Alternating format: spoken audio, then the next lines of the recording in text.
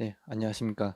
한국수자원조사기술원 이성호라고 합니다. 반갑습니다. 일단 저희 주제는 조사기술 첨단화를 통한 하천유역 공간정보 디지털화로 잡았는데요. 순서는 다음과 같습니다. 공간정보 디지털화에 대한 간략한 소개를 먼저 하고요.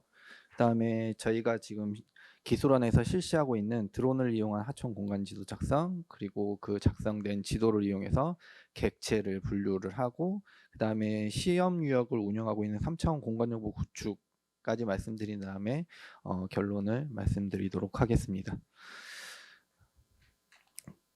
공간정보 디지털화를 얘기하면 먼저 공간정보가 뭔지부터 정의를 내려야 될 것 같습니다. 공간정보는 저희가 뭐 지상, 지하 모든 공간 속에서 존재하는 자연적이거나 또는 인공적인 모든 것의 위치 정보, 그리고 위치 정보는 기본이고 그 위에 공간적인 인지라든가 의사결정에 필요한 모든 속성 정보를 모두 얘기를 하고 있습니다. 과거에는 위치 정보 중심이었던 것들이 디지털 공간 정보를 통한 다양한 정보의 DB 구축이 현재는 실현이 되고 있고 국가의 효율적인 권력력 발전을 위한 필수 정보가 되어 있습니다. 많이들 들어보셨죠? 메타버스. 최근에 많이 얘기하고 있는데요. 지금 밑에 그림을 보시면 저만 해도 이 메타버스가 게임 하는 거 아니냐, 이제 뭐 게임 캐릭터 지금 하고 있는 거 아니냐라는 생각부터 먼저 들었었는데요. 이게 예전에 저희가 생각하던 뭐 가상현실의 게임에 더해가지고 뭐 사회라든가 경제라든가 이런 문화적인 활동들이 모두 총망라된 것을 메타버스라고 요새 부르더라고요. 이 안에서의 그 경제적인 활동도 통화가 이루어지고, 그리고 또 다른 아바타가 예전에 싸이월드에 뭐 캐릭터 꾸미던 게 아니고 또 다른 나가 되는 그런 현실과 같은 또 다른 현실이라고 볼 수 있습니다. 그리고 디지털 트윈이라는 말도 요새 최근에 많이 하죠. 저희 디지털 트윈이라는 것은 가상 공간에 실물과 똑같은 물체를 만들어서 시뮬레이션을 시도하는 기술부터 시작을 했습니다. 그래서 뭐 최근에 지금 뭐 누리호 뭐 발사를 한다든가 뭐 이런 거를 할 때 현실과 똑같은 물체를 디지털화 해가지고 다양한 조건 하에서 시뮬레이션을 돌려보는 거죠. 그래서 문제가 어떤 상황에서 발생하는지 그런 것들을 시뮬레이션 하는 기술인데, 지금 서울시에서 S맵이라는 거를 지금 제공을 하고 있습니다. 보면은 이 지금 사진하고 S맵에서 제공하는 사진하고 동일한 사진이라고 볼 수 있습니다. 저희가 기술원에서 처음에 시작한 게 공간정보 디지털화를 시작한 이유는 유역조사를 제가 작년까지 지금 담당하고 있었는데요. 유역조사에서 RCS 지도 작성이라는 파트가 있었습니다. 이 RCS 지도 파트가 사실은 하천을 다니면서 스케치를 시도해가지고 스케치를 한 자료를 이용한 다음에 뭐 수치지도라든가 뭐 캐드 자료라든가 이런 식으로 좀 변환을 해가지고 사용자한테 제공하는 방식을 썼었는데요. 이게 대단히 한계가 좀 많았습니다. 뭐 산지하천 비중이 높다거나 그래서 뭐 제방에서 하천이 보이질 않고 뭐 그런 한계들이 있고, 또 접근성이 좀 낮아가지고 하천을 뭐 확인하기 어려운 자료들이 많았었는데, 그렇기 때문에 활용성이 오히려 더 떨어지고 그런 거를 좀 정확하고 정밀하고 활용도를 높이기 위해서 어, 드론을 이용한 하천의 물리공간 현황을 위한 현황 조사를 통해 가지고 GIS 기반의 하천 공간 지도를 작성을 시도하게 됐습니다. 드론을 이용한 하천 공간 지도 작성을 말씀드리면 측량 방법의 변화부터 좀 말씀드릴 수 있는데요. 예전에 평판에서 토탈 스테이션으로 발전을 하고, 그리고 1인 측량을 할 수 있는 GNSS RTK가 도입이 되고, 현재는 RTK 드론을 이용해서 센티미터급 정확도를 가진 정사 영상 자료를 취득을 할 수 있게 되었습니다. 그래서 현장 측량을 말씀드리면 예전에는 선 단위의 측량에서 현재는 면 단위의 자료를 취득을 할 수 있게 되었죠. 그래서 사람이 직접 측량 장비를 활용해서 하던 거를 항공기나 드론을 이용해서 면 단위 계측을 하게 되고, 뭐 카메라나 라이다를 이용해서 뭐 3D 지형도를 표출을 하게 돼서 예전에 시간과 인력이 많이 소요됐던 것들이 인원과 시간이 줄어들면서 저비용 고효율의 측량 조사를 실시를 할 수 있게 된 거죠. 사진 측량을 그다음에 이제 정의를 말씀드리면, 사진 측량하고 원격 탐사를 뭐 비슷한 얘기인데, 굳이 구분을 하자면 사진 측량하는 범위는 이제 항공기라든지 저희가 흔히 말하는 어, 무인 비행 장치를 로 이용한 측량을 얘기하고, 위성 같은 경우를 이용한 거를 원격 탐사라고 뭐 구분을 할 수는 있습니다. 그래서 저희가 주목하고 있는 거는 UAV를 이용한 사진 측량인데요. 일반적으로 초소형 무인 멀티콥터라고 하는 이제 드론인데요. 무인 항공기를 저희가 드론이라고 이해를 좀 많이 하고 있습니다. 크게 고정익하고 회전익으로 분류를 할 수 있는데요. 뭐 방역이라든가 레저라든가, 그리고 뭐 구조, 그리고 최근에는 운송이나 뭐 이제 감시 작용까지 많은 영역에서 활용을 하고 있죠. 고정익 드론은 장거리 비행이 가능하고 비행 속도가 빠르기 때문에 매핑에 예전에 오히려 더 맞다라는 얘기를 많이 했었는데, 기상 요소라든가 이제 단가가 조금 높다라는 단점이 있었는데, 최근에 사진이나 동영상 촬영 위주로 하던 회전익 드론이 매핑이나 지형 공간 취득을 전문으로 하는 페이로드를 달아가지고 사용하는 회전익 드론을 매핑 많이 사용하고 있습니다. 회전익 드론은 호버링이라든가 비행 안전성 등에서 이제 고정익에 비해서 조금 더 간편하고, 사진 측량 후에 뭐 이거는 고정익 드론도 마찬가지인데요. 뭐 포인트 클라우드라든가 정사 영상이라든가 다양한 자료를 생산을 가능하게 되었습니다. 저희 기술원에서 하고 있는 조사 하천 공간 지도를 작성하기 위한 조사 절차는 다음과 같고요. 뭐 영상을 먼저 취득하고 영상 처리한 다음에 이제 LSMS를 이용한 자동 분류를 실시를 하고, 그다음에 각 해당 지역에 대한 뭐 면적 클래스 산정을 하고 있습니다. 영상 취득은 저희가 여러 가지 시범 유역 운영을 통해 가지고 종중복도라든가 횡중복도에 대한 결정을 먼저 실시를 했고요. 그래서 최적의 종중복도, 횡중복도는 더 낮아도 뭐 실시를 할 수 있는데, 저희는 현재 80%의 중복도를 가지고 실시를 하고 있고, 고도는 150m로 영상 취득을 하고 있습니다. 그 다음에 영상 처리는 다음과 같이 뭐 이제 여러 가지 사진을 취득을 해오면 방향이라든가 위치라든가 다 다른데, 그런 것들의 공액점을 찾아가지고 영상을 정합을 하고 있습니다. 그래서 이런 거는 뭐 픽스4D라든가 테라라든가 메타쉐이프 등 뭐 소프트웨어를 통해서 영상 처리를 하고, 그 다음에 점일도 포인트 클라우드를 생성을 한 다음에 점일도 포인트 클라우드를 이용해 가지고 스트럭처 프로모션 방식의 알고리즘을 통해 가지고 고밀도 포인트 클라우드를 생성을 하게 됩니다. 그래서 포인트 클라우드를 이용해서 정사 영상이라든가 다음과 같은 DSM 자료를 생산을 하게 됩니다. 생산된 드론 영상은 다음과 같이 수치지도 자료하고 1:1 매칭을 실시를 할 수 있고요. 또 위성 영상하고 직접적으로 다음과 같이 비교가 가능하게 되어 있습니다.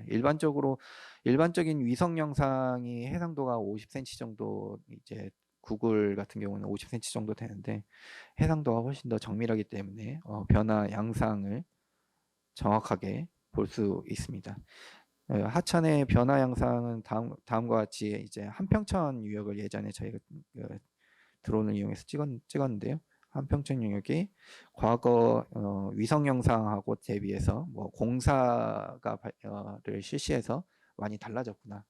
하도 내에 사주가 이렇게 많이 쌓였구나라는 걸 직관적으로 좀 볼 수 있었습니다. 또 측량 정보하고 결합해가지고 GIS를 레서 데이터로 변환한 다음에 다양하게 활용이 가능한데요. 정사 영상 이용해가지고 또 RGB 자료를 이용해서 객체를 분리를 하면 다음과 같이 객체를 GIS로 분리를 해서 자료를 취득할 수 있게 되었습니다. 이러한 하천 공간 지도가 국토지리정보원에서도 제공을 현재는 하고 있습니다. 2000년도부터 현재 2021년 이후까지도 제공을 하고 있는데 많이 개선이 되었죠. 20년 주기에서 5년 주기, 4년 주기. 최근에는 도시 지역은 1년 주기까지 제공을 하고 있는데요. 해상도도 예전에 40cm에서 25cm, 도시 지역은 12cm까지 많이 해상도가 개선이 되었습니다. 네, 저희가 지금 이 국토지리정보원에서 제공하는 정사 영상은 전국토를 대상으로 하다 보니까 저희는 하천 영역을 위주로 분석을 하기에는 이 12cm 대부분의 하천이 산악 지역이기 때문에 25cm 자료가 아직도 제공이 되는데요. 25cm 자료 가지고는 분석하기가 사실은 조금 어려웠습니다. 이게 하천이 있는 지역이 비도시 지역이다 보니까 25cm 자료가 다음과 같이 국토지리정보원에서 제공하고 있는데요. 이런 자료를 이용해서는 저희가 하천 위주의 분석을 하기에는 조금 어려움이 조금 많았다. 그렇기 때문에 저희가 픽셀당 25cm 자료 대신 기술원에서 이제 하천 위주의 조사를 통해 가지고 GSD 2cm 자료를 이용하면 공간의 정밀한 분석이 가능하다. 정밀한 분석을 위해서는 생산 단계부터 고품질의 해상도가 필수적으로 필요하다라고 생각을 하고 높은 해상도를 개선하기 위해서 노력을 하였습니다. 위아래가 같은 지역을 확대를 한 겁니다. 이제 GIS에 엎어가지고 같은 지역을 확대를 한 건데 왼쪽 위에 있는 25cm 자료를 이용하기에는 사실은 조금 어려움이 있죠. 그 다음에 정사 영상을 이용해서 객체 분류를 실시를 하게 되는데요.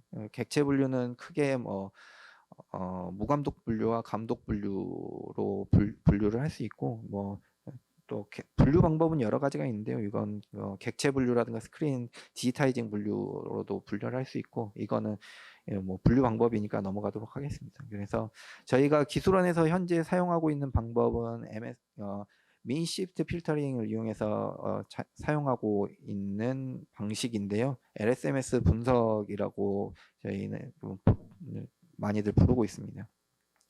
그래서 하천 물리 공간을 추출을 하는데요. 영상 처리된 정사 영상을 이용해서 라지 스케일 민 시프트 기법으로 객체 기반 분류를 실시를 하고 객체 기반 분류는 화소 단위의 분광 정보라든가 평활도, 조밀도를 옵션으로 둬가지고 여러 가지를 하는데 저희가 민시프트 방법을 이용해서 최소 영역 크기라든가 인접 그룹을 병합을 해가지고 레서 영상을 GIS 벡터 데이터로 변환을 다음과 같이 실시를 하고 있습니다. 정사 영상을 오른쪽과 같은 GIS 데이터로 변환을 한 다음에 랜덤 포레스트 방법을 이용해 가지고 저희가 객체를 자동 분류를 좀 실시를 하고 있습니다. 정확도는 현재까지는 아직 많이 떨어지고 있는데요. 그래서 이제 완전 자동은 사실상 아직 되고 있는 건 아닌데 일부 자동화 기법을 먼저 실시를 하고 그 다음에 이제 수작업을 좀 나머지를 정리를 하고 있다라고 이해해 주시면 되겠습니다. 객체 분류를 이용해서 다음과 같이 범례를 이용한 객체를 분류를 해가지고 식생의 초본이라든가 교목이라든가 하도는 어디이고 여울, 소, 사주가 어떻게 되고 있는지 그리고 친수시설은 어디 영역에 있는지 GIS 데이터로 분류를 하고 그 다음에 이거를 디졸브 해가지고 하나의 데이터로 GIS 각각 영역으로 만들어 주었습니다. 대표적으로 한평천의 한평교 인근을 작업을 했는데요. 드론 정사 영상을 이용해서 물리 특성을 구분을 하고 화도 영역이라든가 뭐 교량이라든가 제방이라든가 이런 것들을 구분을 하고 뭐 식생이라든가 이런 것들의 하천 현황을 구분을 하는 자료를 만들었습니다. 확대를 해보자면 객체 분류가 이제 다음과 같이 뭐 하도 현황이라든가 이제 물리 현황이라든가 이런 것들을 분류를 해가지고 다음과 같이 만든 자료고요. 이 지도는 하천 공간 지도 처음에 초창기 샘플로 양산천을 조사를 했을 때 만든 자료입니다. 그래서 다음과 같이 만들었고요. 최근에 이제 저희가 작년 말에 확정지은 하천 공간 지도 이제 양식입니다. 이제 GIS 데이터로 그 제공을 물론 할 거지만 뭐 보고서에 수록한다든가 이런 거를 할 때 어떻게 이제 만들 거냐로 해가지고 이 부분을 하천 공간 지도를 다음과 같은 양식으로 물리 특성하고 하천 지작물 그리고 하천 친수 시설에 대한 분류를 실시를 했습니다. 이 GIS 데이터를 만들어 가지고 항목별로 예전에는 사주가 많다던가 사주가 적다던가 아니면 그냥 이 부분에는 사주가 많이 예전보다 커졌어.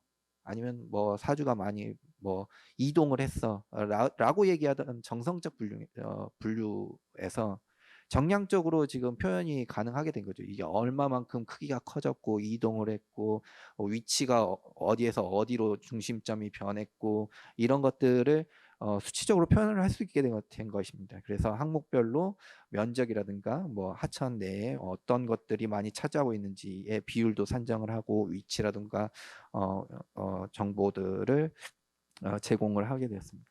이거를 처음에 봤을 때 다른 이제 일반인들이 보면은 토지 피복 지도랑 같은 거 아닌가라는 얘기를 많이 할 수 있습니다. 토지 피복 지도는 주제도의 일종으로서 일정한 기준에 따라서 분류해 가지고 동질의 특성을 지닌 구역을 인덱싱한 거죠. 이거에도 이제 공간정보 DB가 다 들어있고 한데 가장 큰 차이점은 대분류, 중분류, 세분류로 해서 세분류 41개 항목으로 세분류한 것도 보시면은 세분류도 1m급 공간 해상도를 가집니다. 대분류는 30m급 공간 해상도고 중분류는 5m급, 세분류는 1m급 공간 해상도를 가지고 있기 때문에 이 1m급 공간 해상도를 가지고 있는 분류로는 하천 위주의 공간은 분류에는 적합하지 않은 거죠. 이거는 이제 전 국토에 대한 거는 이게 훨씬 더 맞겠죠. 국토에 대한 해석을 하기에는. 네, 저희는 이제 하천 위주의 조사를 하다 보니 해상도가 크게 중요해졌기 때문에 이 1m급 해상도를 활용하기에는 조금 어려움이 있었습니다. 그리고 디지털 트윈 일환으로 저희가 삼천 공간 정보에 대한 연구를 일부 실시했습니다. 이제 저희가 영산강 지서천 유역을 약 1.5km 구간 조사를 실시를 했습니다. 이제 하천 지작물에 대한 것도 고려하고 물리적 특성도 있고 친수구역도 있고 평지도 있고 산지도 있고 이런 것들을 좀 종합적으로 있는 지역을 조사를 하려다 보니 영산강 지석천 유역을 대상으로 실시를 하게 되었고요. 다음은 삼천 공간정보 구축 결과입니다. 처음에 이 구축 결과를 보면 사진하고 크게 다를 바가 없습니다. 사실 이거는 지금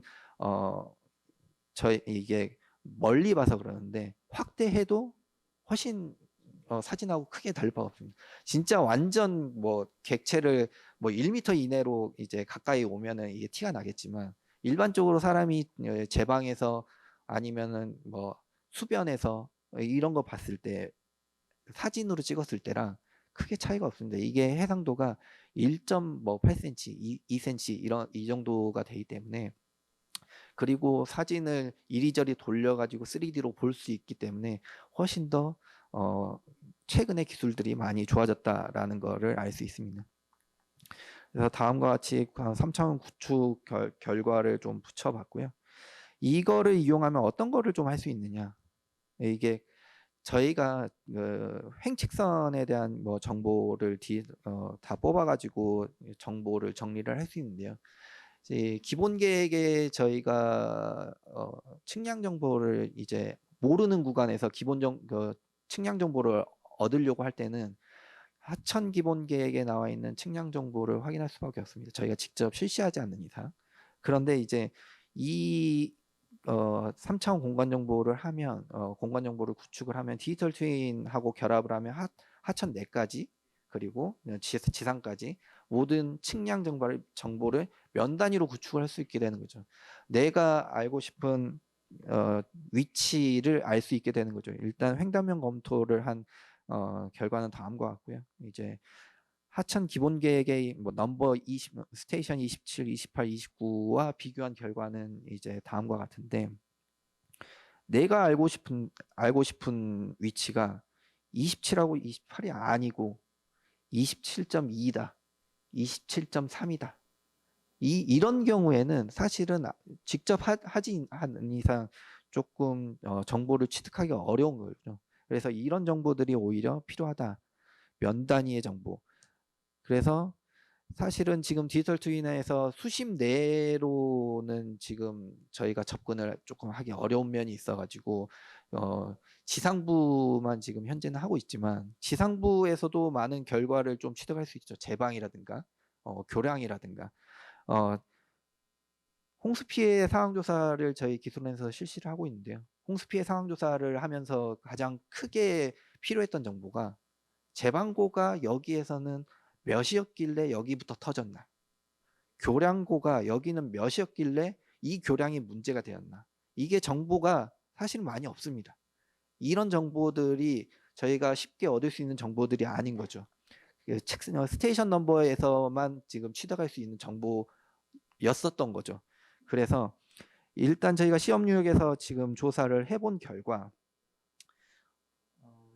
이 영역이 한 800m 정도 되는데 800m 내에서도 뭐 21.8에서 20m 정도로 약 1.8m 정도의 변화가 이 안에서 이렇게 있었던 거죠.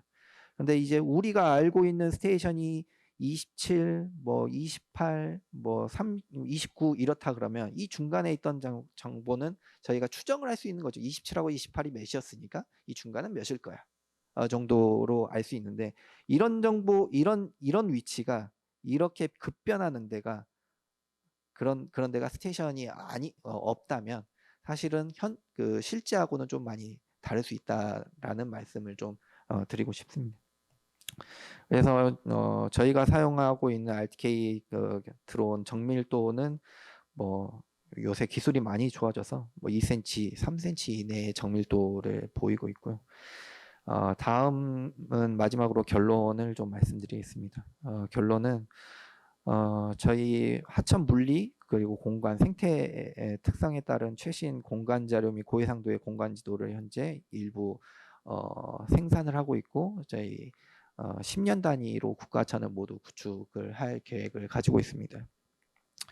그래서 하천 물리 현황에 대한 정성적 분석에서 정량적 분석이 가능한 토대를 좀 만들었고 사주라든가 여울이라든가 뭐 하중도의 면적, 비율, 뭐 좌표 이런 것들을 수치적으로 그리고 사주의 폐적 발달 침식에 대한 변화량을 수치적으로 제시할 수 있는 체계를 좀 구축을 하였습니다.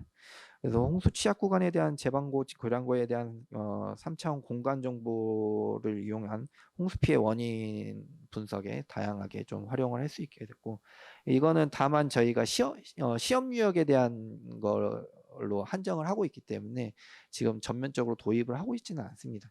이거는 이제 많은 인력하고 시간과 비용이 좀 필요하기 때문에 이런 정도의 자료를 얻을 수 있다 정도로 현재는 지금 기술원에서 하고 있고 이거는 나중에 좀 지속적인 연구를 통해 가지고 나중에 추후 확대할 수 있겠죠. 향후에는 저희가 지금 그 홍수 피해 조사를 한다 그러면 직접 홍수 흔적을 조사를 해가지고 GIS랑 결합해가지고 뭐 홍수 흔적 어디 범위까지 범람을 했는지 조사를 하고 있는데요. 그리고 뭐 홍수 위험 지도, 범람 지도라고 하죠. 이제 생활안전 지도의 범람 지도도 이제 모델링을 통해 가지고 하고 있는데, 이런 자료가 이제 디지털 트윈이라든가 이런 정확도 높은 하천 지도랑 결합이 되면 훨씬 더 정밀하고 정확도 높은 자료를 얻을 수 있게 되겠죠. 그래서 향후에는 디지털 트윈하고 수심 라이다 지금 현재 개발을 하고 있는데요. 하천 조사 및 모니터링 특화 드론 플랫폼 기반 하천 관리 기술 개발, 지금 5차년도인가 6차년도로 알고 있는데, 이게 국산형 수심 측정 라이다입니다. 이제 이거랑 결합을 하게 돼서 이제 도입을 하게 된다면 좀 수심 부분도 좀 국산형으로 좀 할 수 있겠죠. 이제 외국 것도 지금 일부 이제 뭐 그린라이더가 할 수 있는 것들이 있는데, 비용적인 문제도 있고 최소 어, 3중 반사되는 라이다가 4억부터 시작하는 고비용이기 때문에 조금 전면적으로 도입하기에는 조금 무리가 있어서, 국산형 드론이 좀 개발이 된다 그러면 이것도 좀 고려를 해가지고 도입해서 연계를 한다면 훨씬 더 좋은 자료를 얻을 수 있지 않을까 뭐 생각을 하고 있습니다. 그리고 뭐 드론 이용하면 뭐 이제 식생지수가 가장 대표적인데요. 다문광이나 초분광을 이용을 한다 그러면, 저희가 최근에 기술원에서 그 하천 조사를 하다 보면 식생의 영향이 을 많이 받는다는 걸 좀 알 수 있어요. 식생의 성장이라든가 이제 그 사주의 발달이라든가 이제 그런 거에 따라서 통수 단면의 변화가 되게 심합니다. 통수 단면이 식생의 영향 때문에 시프티가 되고, 아니면 통수 면적이 줄어들고, 이런 것들이 심한데, 이거를 수치적으로 어떻게 할 수 있냐, 그럼 제시를 어떻게 할 수 있냐, 그러면은 단면적의 변화도 알 수 있지만 식생지수를 지속적으로 조금 추적 관리를 한다 그러면, 이 지역의 식생지수의 변화에 따라서 여기가 어떻게 변한다는 것도 좀 연구를 할 수 있을 것으로 좀 보고 있습니다. 그래서 RGB 기반의 자동 영역 분류 기술도 계속 고도화를 실시를 해서, 나중에는 뭐 좀 더 지금 현재의 기술보다 좀 더 자동화된 기술을 좀 보일 수 있을 것으로 보고 있습니다. 발표는 여기까지 하겠습니다. 감사합니다.